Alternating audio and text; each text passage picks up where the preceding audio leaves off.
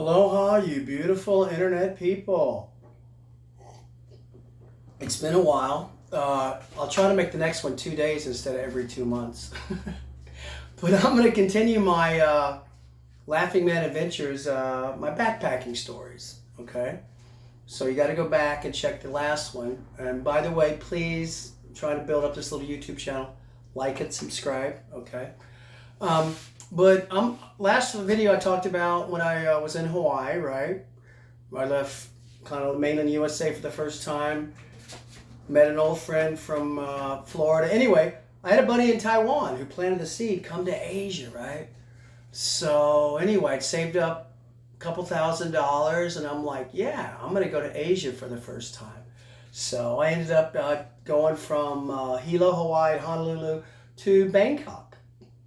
And so this is kind of I'm talking about, I'm not going to go into detail about all the years. It's about 20 years ago, 15, 20 years ago, about a couple year period, where I went to Thailand, Cambodia, Vietnam, Laos, and I did 3 months in India, 3 separate trips, okay?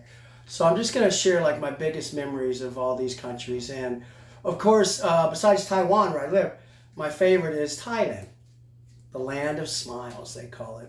I think it's like 98% Buddhist. And it really is a chill place. I mean, like, you'll have like tuk-tuk drivers who are, they're not hassling you like maybe in India or something where there's so many people, you know. So it is really, people are more laid back, at least 15 years ago, last time I went. And it's a beautiful country, beautiful food, friendly people. And I didn't spend much time in Bangkok. There's the backpacker area. And I did go to like Koh Chang. There's an island near Cambodia. And my last trip, I went to Koh Phangan, an island down south. And even went to like an international rainbow gathering there in the southern part. But most of my time I spent up north. And that's my favorite, northern Thailand. You know, Thailand is very big, like 78 provinces.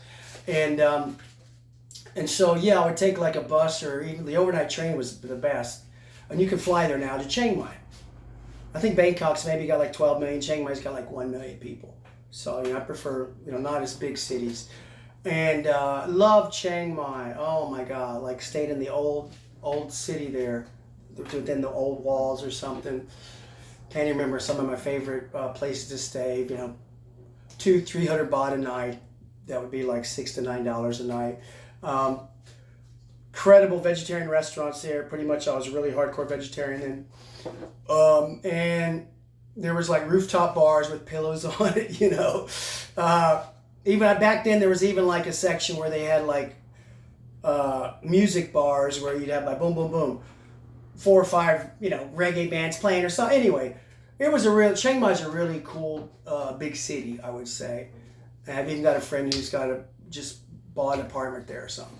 But I found myself, you know, besides Chiang Mai, a lot of my friends were going to a place called Pai, P-A-I. And it's about a 3-hour van ride north of Chiang Mai. So I ended up going there a lot. And the thing about, you know, Thailand is you got to do visa runs, I think every 30 days or so. So you have to go visa runs and all.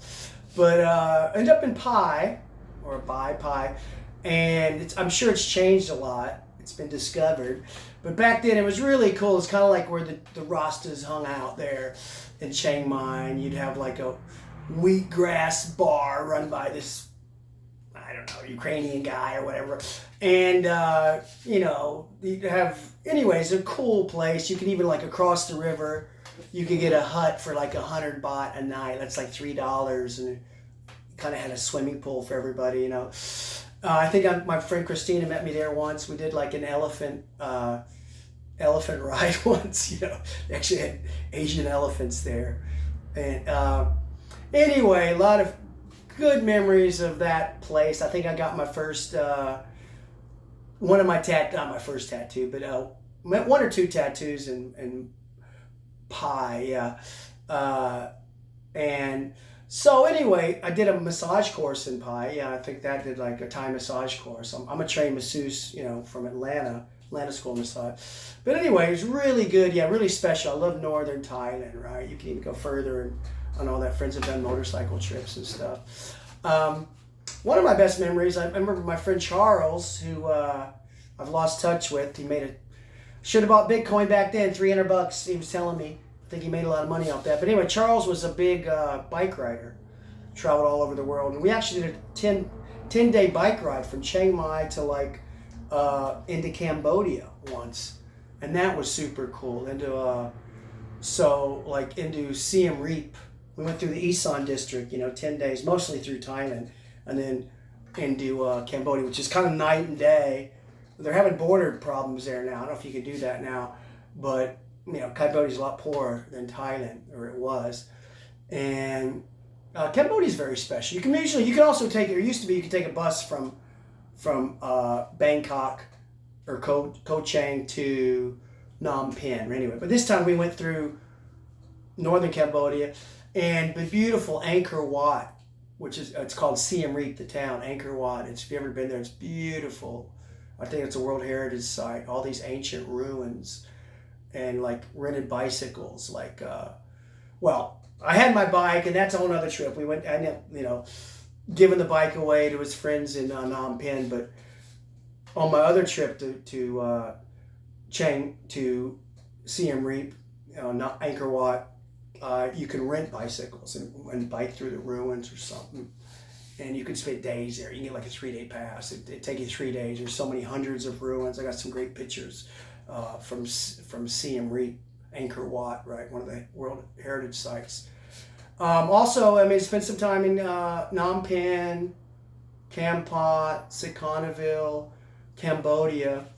A lot of great memories from Cambodia. It really is friendly people too. It's kind of a mixture, I think, Buddhist and Hindu. The ancient peoples there, the Angkor Wat. I remember once I got like a 4-hand massage, and maybe it was Siem Reap or not, but by 2 girls for $10, and it wasn't a sexual massage. But anyway, that's very intense. You got 4 hands on you, right, doing massage. Same thing, good food. And then from Phnom Penh, you can go to Vietnam.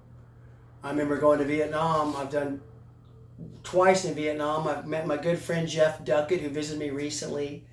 So I guess it was 17 years ago. Wow, yeah, it's been 17 years I've seen Jeff. He recently visited me. He's still traveling. Australian friend. We met in Vietnam.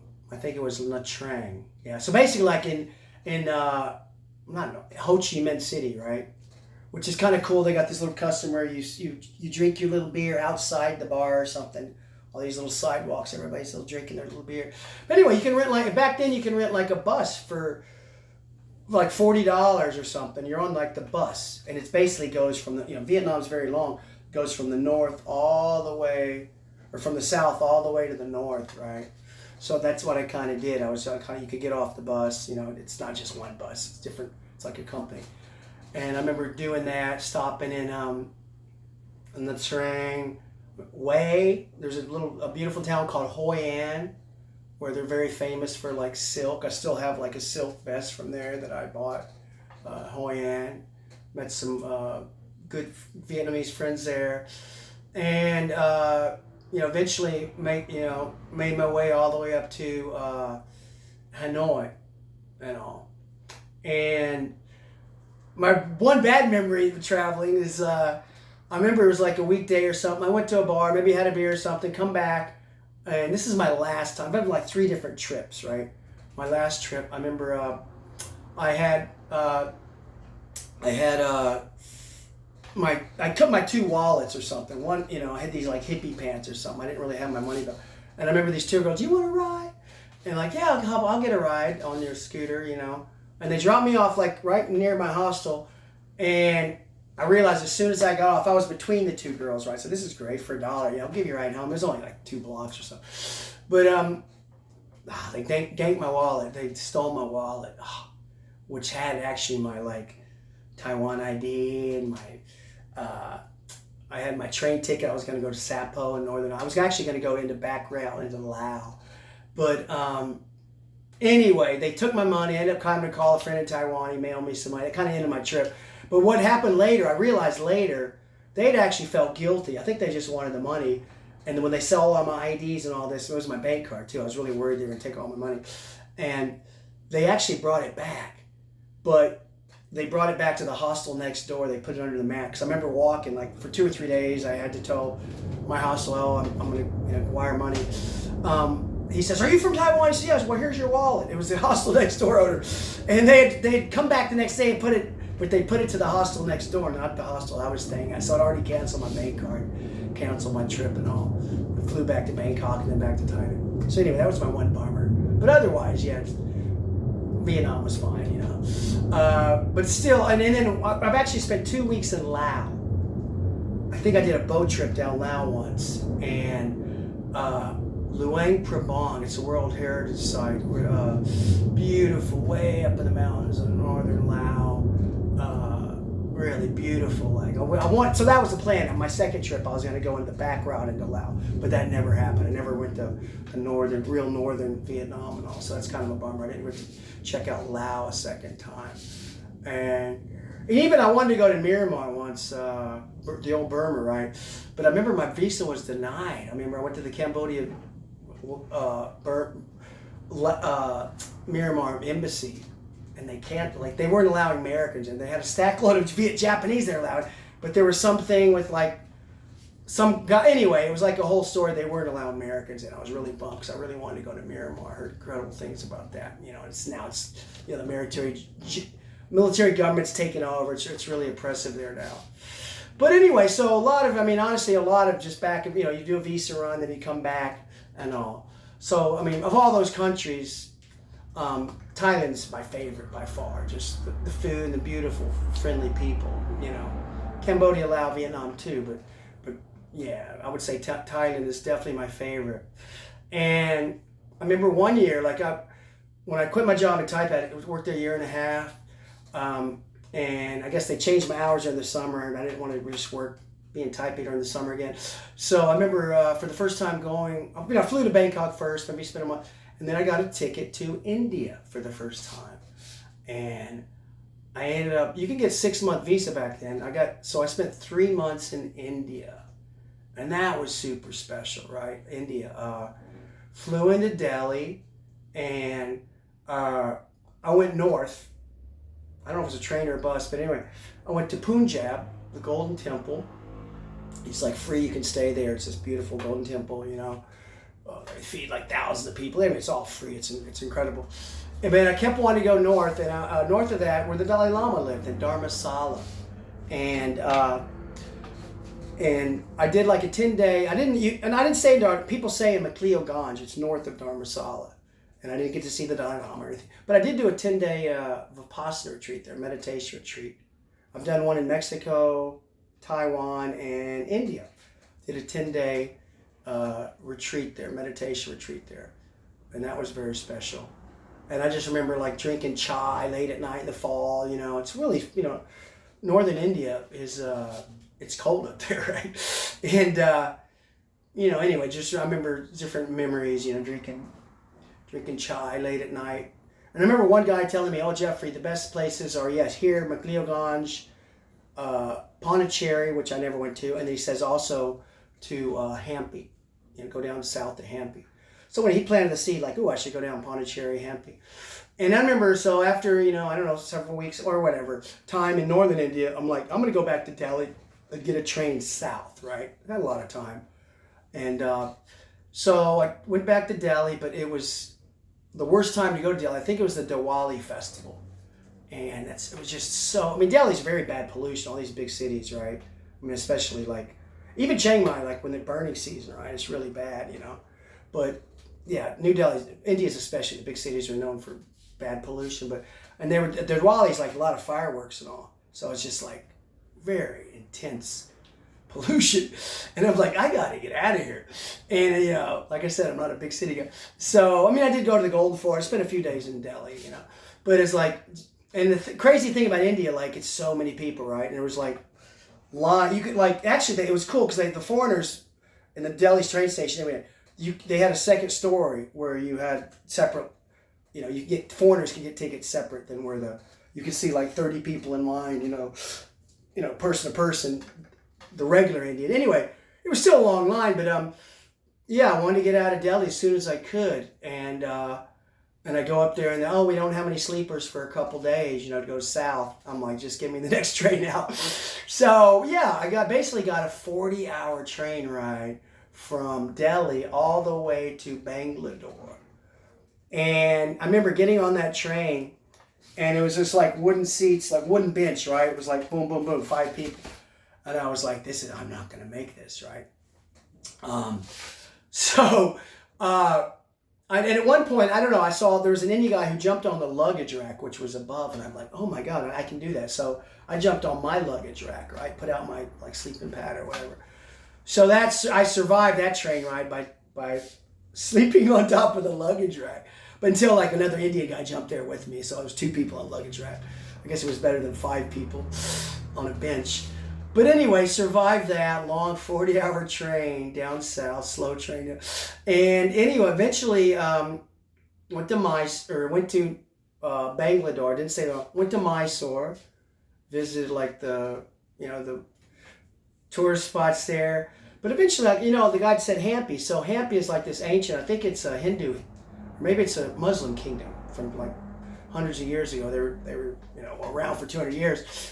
And there's ruins there, but the thing about it is it's really special because you can stay there. There was a lot of Israeli backpackers. I mean, one thing if you're traveling Asia, especially India, because it's cheaper, I think Israeli, after they do their 2-year service, they go backpacking. It's kind of a tradition. Anyway, half the town was Israeli backpacker. But you can stay there very cheaply. They have hostels there, you could say, or and where they have their own restaurants, stuff like that. And you can rent a bicycle for $1 a day and go bike around. I remember one place, it was called the Monkey Temple. And you basically walk up these 50 steps. And I think there's these 2 Hindu, Muslim, guys living on top. But there's all these monkeys, right? And I remember this, I wish I had my video camera back then, but I remember meditating there on top of this, big kind of mountain temple. And I remember I closed my eyes and 5 minutes, I looked beside me, there was a monkey right beside me. He was kind of meditating with me at the monkey temple. And that's one of my memories of Hampi. Another special memory of India was, I did go to Goa for a while. I mean, India is huge, right? I think it's the same thing. There's 38 big states. I only went to 5 of them, right? So I didn't really go, to the west or east. I kind of went, anyway, north, south. But I went to Goa, and then below that, I remember going to Kerala. I think it's the only freely elected communist government. Anyway, but what a cool thing there, I did a boat trip. It was 2 or 3 day boat trip. I remember there were some Iranians on the boat trip. They're like, come to Iran. Anyway, I never made to Iran, but really friendly people. And anyway, it's just you're going on this boat and there's just coconut fields on either side of you. And then out of nowhere, there's this 10-story apartment buildings, right? 2 apartments. And what it was Amma's ashram. And Amma's a famous love guru. She's called the hugging guru because she whenever you get a blissful hug with Amma. But Amma was hugging people in Europe, so she wasn't there. But I stayed, and I guess the devotees, they rent out their rooms. Anyway, I stayed there for a couple of days. And it was crazy. I actually met a guy who I used to live in Hawaii with, or knew in Hawaii. We stayed in the same room. And he was making money just selling jewelry, special beads he'd found on the beach in Hawaii. But anyway, so that was a big memory, I think, staying at Amma's ashram in India. And of course, I'm doing 10-15 minute video here of all these stuff. Anyway, I'm going to leave it there. But anyway, so many beautiful memories. I wish I'd done India more. I only did 3 months in India. Went back to Bangkok and all.